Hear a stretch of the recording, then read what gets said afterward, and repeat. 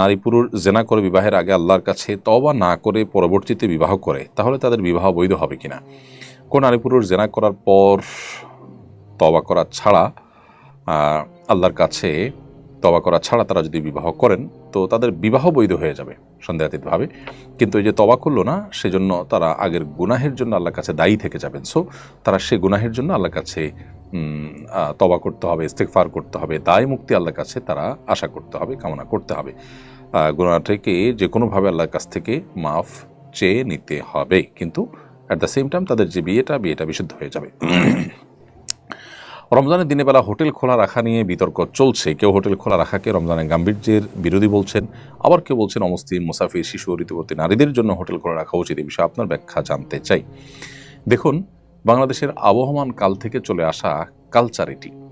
এদেশের সংখ্যাগরিষ্ঠ মানুষ মুসলমান, আর মুসলমানদের মধ্যে বেশিরভাগ মুসলমানরাই রোজা রাখেন, অর্থাৎ সমাজের প্রায় সবাই রোজা রাখে। সীমিত সংখ্যক মানুষ যারা অমুসলিম কিংবা যারা শিশু কিংবা নারী, ঋতুবতী নারী কিংবা মুসাফির আছেন, তাদের জন্য শরিয়া রোজা রাখার বাধ্যবাধকতা রাখেনি এবং তারা রাখেনও না।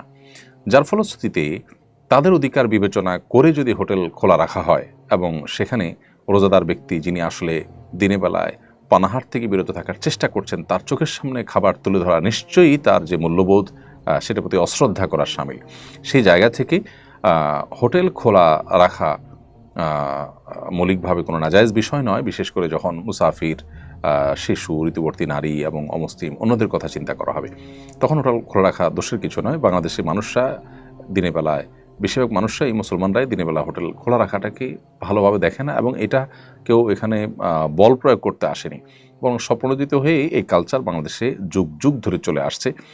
স্বপ্নদিত কালচার এবং স্বপ্নদিতভাবে মানুষ এটি করে রোজাদারদের প্রতি শ্রদ্ধা রেখে। কারণ একজন মানুষ রোজা রেখে দিনের বেলায় পানাহার করাকে তিনি গুনাহ মনে করছেন, আল্লাহ নির্দেশের কারণে তিনি খাচ্ছেন না, পানাহার করছেন না, সেখানে তার সামনে লোভ হতে পারে সেভাবে করে খাবার গুলাকে ওপেন তার সামনে তুলে ধরা, এটা তার যে আপনার মূল্যবোধ বা তার যে বিশ্বাস সেটার সাথে কিছুটা সাংঘর্ষিক হয়। সেজন্য স্বপ্নদিত এটি চলে আসছে। অতএব এই কালচারকে আমি চাপিয়ে দেওয়া কোনো কালচার তো বলতে পারি না। সো এটাকে যারা বিরোধিতা করছেন, তারা আমি মনে করি যে তারা যে কালচারাল ওয়ার বা কালচারাল বা সাংস্কৃতিক যুদ্ধ, সেটা তারা চাপিয়ে দিতে চাচ্ছেন, একটা সংঘর্ষ তৈরি করতে চাচ্ছেন অহেতুক। আমি যতটুকু জানি, বাংলাদেশের বিভিন্ন প্রান্তে হোটেল, চায়ের দোকান, বিভিন্ন কিছু খোলা থাকে, একটু পর্দা দিয়ে রাখা হয় যাতে করে রোজাদার যারা আছেন তাদের জন্য অসুবিধা তৈরি না হয়। তাছাড়া যারা অসুস্থ ব্যক্তি, তাদের তো রোজা না রাখার সুযোগ আছে, তারা সেখানে পানাহার করবেন, অন্য কেউ দেখে তাদের প্রতি ধারণা পোষণ করবে না যে তারা মুসলমান হয়ে রোজা রাখেননি। তাহলে পারপাস তো সার্ভ হয়ে গেল। এখানে আলোচনার ইস্যুটা কেন তৈরি হলাম ঠিক বুঝলাম না। দোকান খোলা থাকছে, বিশেষ করে ট্যুরিস্ট স্পটগুলোতে, যেখানে যেখানে আপনার যাদের রোজা রাখার সুযোগ আছে তাদের অপশন আছে। অমুসলিমদের প্রধান এরিয়াগুলোতে রোজা আপনার হোটেল খোলা রাখলে তারা খেলে, এটা নিয়ে মুসলমানরা কেউ তো খারাপভাবে দেখেও না, বলেও না। কোনো মুসলিম রোজার মাসে দিনের বেলায় তিনি হোটেল খোলা রেখে যদি খান, তাহলে আজও পর্যন্ত কোনো মুসলমান তাকে খারাপভাবে দেখেনি, বলেও নি। সো আমি মনে করি যে এখানে রোজার মাসে হোটেল গণহারে খোলা রাখার যে দাবি, সেটা অবান্তর।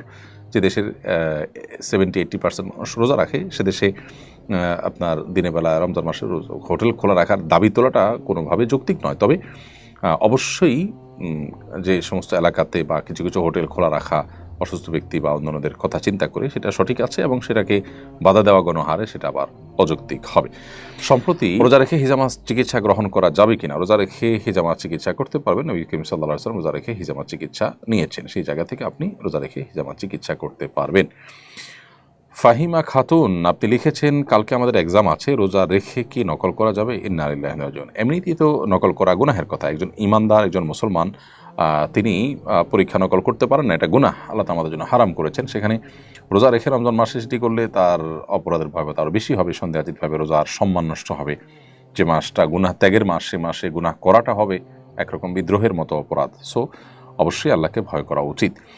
এমনি মঈনুল হক, আপনি লিখেছেন, আমি একজন ব্যবসায়ী, দোকান পরিচালনার কারণে নিয়মিত তারাবি পড়তে পারি না, তাতে কি আমার রোজার কোনো ক্ষতি হবে? ভাই মঈনুল হক, আপনি দোকান পরিচালনা করার কারণে তারাবি পড়তে পারেন না, এক্ষেত্রে আপনার দোকানে যদি একাধিক লোক থাকে তাহলে সেক্ষেত্রে পালা বদল করে আপনারা তারাবি পড়বেন।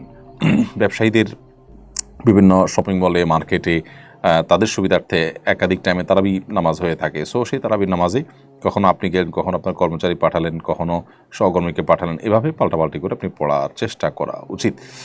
আর যদি কোনো কারণে সেটা করতে না পারেন তো একাকী আপনি তারাবি পড়লেও আপনার তারাবি আদায় হয়ে যাবে। এমনি শাহিন লিখেছেন, অসুস্থতা থাকা অবস্থায় গিয়ে রোজা রাখা ফরজ। আপনি যখন অসুস্থ হবেন, এমন অসুস্থতা যে অসুস্থতার কারণে রোজা রাখার জন্য শারীরিক সামর্থ্য আপনার থাকবে না, তখন আপনার জন্য রোজা রাখাটা ফরজ হবে না। আর যদি আপনি অসুস্থতাটা এমন হয় যে সহনশীল পর্যায়ে থাকে এবং আপনি অসুস্থতার মধ্যে রোজা রাখতে পারেন, জাস্ট একটু কষ্ট হবে এটুকু, তাহলে আপনার রোজা রাখা কর্তব্য। যেই অসুস্থতার ফলে রোজা রাখতে গেলে আপনার মৃত্যু, অঙ্গহানি বা সীমাহীন কষ্ট হতে পারে, যেটা অসহ্য হয়ে যাবে আপনার, সে পর্যায়ে হলে তখন আপনি রোজা না রেখে রমজানের পরে এই দিনগুলোর পরিবর্তে রোজা রেখে দিতে পারবেন। রিফাত আহমেদ আপনি লিখেছেন, আমাদের দেশে সম্প্রতি সারা বিশ্বে একই দিনে রোজা ঈদ পালন করার আহ্বান বেশ জোরে সোরে শোনা যাচ্ছে। এ বিষয়ে আলেমদের মতামত কি? সারা বিশ্বে একই দিনে রোজা, এই দাবিটা বাস্তবসম্মত না। একই দিনে পৃথিবীতে সবসময় আমাদের দেশে যখন দিন ইউএসএ তখন রাত, তাহলে আপনি একই সময় সারা বিশ্বে আসলে রোজা তো রাখতে পারবেনও না।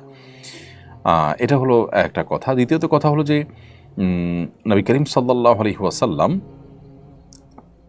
তার সময়ও তিনি চাঁদ দেখে আমাদেরকে সিয়াম পালন করতে বলেছেন। এরকম একাধিক হাদিস দ্বারা সাব্যস্ত হয় যে কেউ এক জায়গায় ঈদ করে গেছেন, যে অন্য জায়গায় গিয়ে অন্যদিন হয়তো ঈদের চাঁদ দেখা গেছে, সেখানকার মানুষকে তিনি পরে ঈদ করতে দেখেছেন। আসসামু ইয়াওমা ইয়াসুমুন নাস ওয়াল ফিতরু ইয়াওমা ইফতিরুন নাস, তিনি বলেছেন যে যেদিন সবাই রোজা রাখবে সেদিন তোমরা রোজা রাখবে, যেদিন সবাই ইফতার করবে সেদিন তোমরা ইফতার করবে, অর্থাৎ ঈদ করবে। তো এখানে চাঁদ দেখা যাওয়ার উপরে নির্ভর করে এই আমলটি করতে হবে।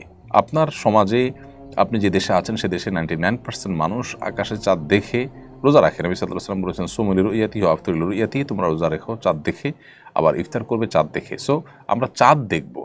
পৃথিবীর অন্য কোন প্রান্তে চাঁদ উঠেছে না উঠেছে এটা দেখে যদি আমাকে রোজা রাখতে হয়, তাহলে যখন এই টেকনোলজি ছিল না বা থাকবে না, তখন মানুষ কি করবে? ইসলামটা তো সার্বজনীন, সর্বকালীন, সব সময়ের জন্য প্রযোজ্য। বিধায় ইসলাম এমন কোনো ব্যবস্থার কথা বলে না যেটা এক সময় কার্যকর থাকবে আর সময় অকার্যকর হয়ে যাবে। তো এই জায়গা থেকে আমাদের দেশে মানুষ আমরা চাঁদ দেখে রোজা রাখা, চাঁদ দেখে ঈদ করাটা এটা বাস্তবসম্মত। একই দিনের সারা পৃথিবীর মানুষ রোজা রাখা বা ঈদ করাটা কোনো দিনই সম্ভব নয়, কারণ ভৌগোলিকভাবে এটা অবাস্তব। ধরুন সৌদিতে যখন সন্ধ্যা 7টায় চাঁদ দেখা যাবে, নিউজিল্যান্ডে তখন রাত 4টা বাজবে। এখন বলুন, সেই রাত 4টা বাজা পর্যন্ত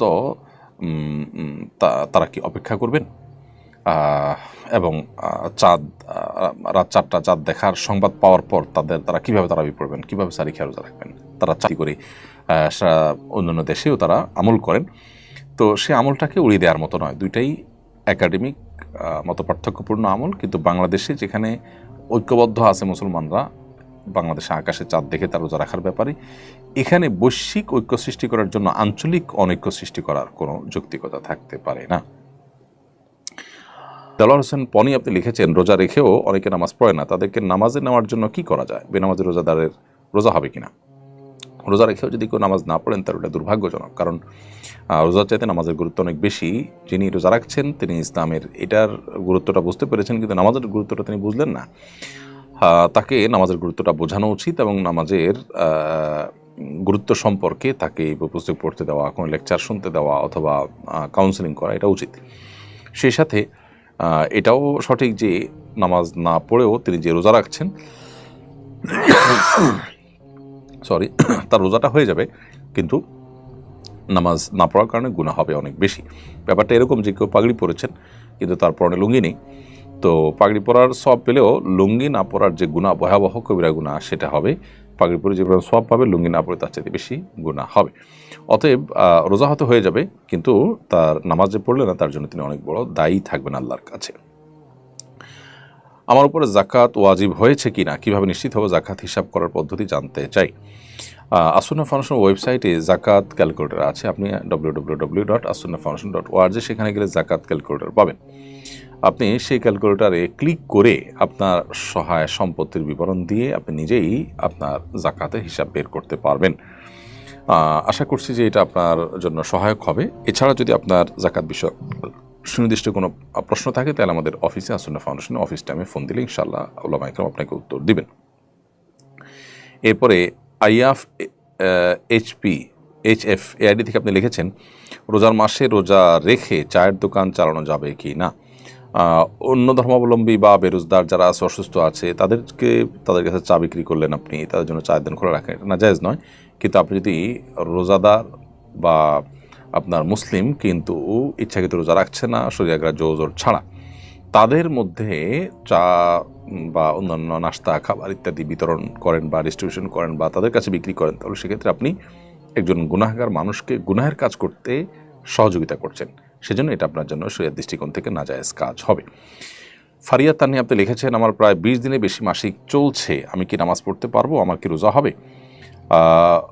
বোন ফারিয়া, আপনার পূর্বের অভ্যাস যতদিন ছিল ততদিন মাসিক হিসাবে বিবেচ্য হবে। এরপরে বাকি সময়টা আপনি অসুস্থতা হিসাবে গণ্য করে নামাজ পড়বেন। ধরুন আপনার 8 দিন হয়ে থাকে বা 9 দিন হয়ে থাকে কিংবা 10 দিন হয়ে থাকে, তাহলে 10 দিনই আপনার হবে, যেটা আগে পূর্বের অভ্যাস আছে। আর যদি অভ্যাস না থাকে, এক এক সময় এক একটা হয় এবং এখন টানা হচ্ছে, তো সর্বোচ্চ 10 দিন আপনার মাসিক হয়, বাকি দিনগুলোতে আপনি নামাজ পড়বেন। ইমরান ইসলাম আপনি লিখেছেন, রমজানের আগে কালেকশন করে রমজানে ইফতার বিতরণ করলে কি রমজানের সওয়াব পাবো? রমজানে আপনি ইফতার বিতরণের কাজ করছেন, সেই জন্য আপনি সওয়াব পাবেন, কিন্তু টাকা কালেকশন করেছেন রমজানের আগে। তাহলে যারা রমজানের আগে টাকা দিয়েছেন তারা রমজান মাসের দানের সওয়াবটা তো নিশ্চয়ই পাবেন না, যেহেতু দানটা করেছেন রমজানের আগে। যদি এমন হয় যে তিনি কাউকে দায়িত্ব দিয়েছেন রমজানে ব্যয় করার জন্য, তাহলে ইনশাআল্লাহ রমজানের সওয়াব তিনি পাবেন। অর্থাৎ ইফতারটা রমজানে হবে। এখন আমি ডোনার, আমি কালেক্টরকে দিলাম যে তুমি এই টাকাটা নাও, রমজানে ইফতার করাবে, তাহলে ইনশাআল্লাহ আমি রমজানের দানের সবটাই পাবো, কারণ আমার টাকাটা ইমপ্লিমেন্ট বা খরচ হচ্ছে রমজান মাসে, টাকাটার খরচ হচ্ছে, ব্যয় হচ্ছে রমজান মাসে, আমার চাহিদা পূরণ হচ্ছে রমজান মাসে, সব পাওয়া যাবে আশা করা যায়। কিন্তু কেউ যদি রমজানের আগেই দান করেছেন, সেটা দিয়ে যিনি টাকা রিসিভ করেছেন তিনি রমজানে ব্যবহার করেছেন, তাহলে দানকারী সব পাবেন না, কারণ তিনি রমজানের দান করার জন্য দেন নাই।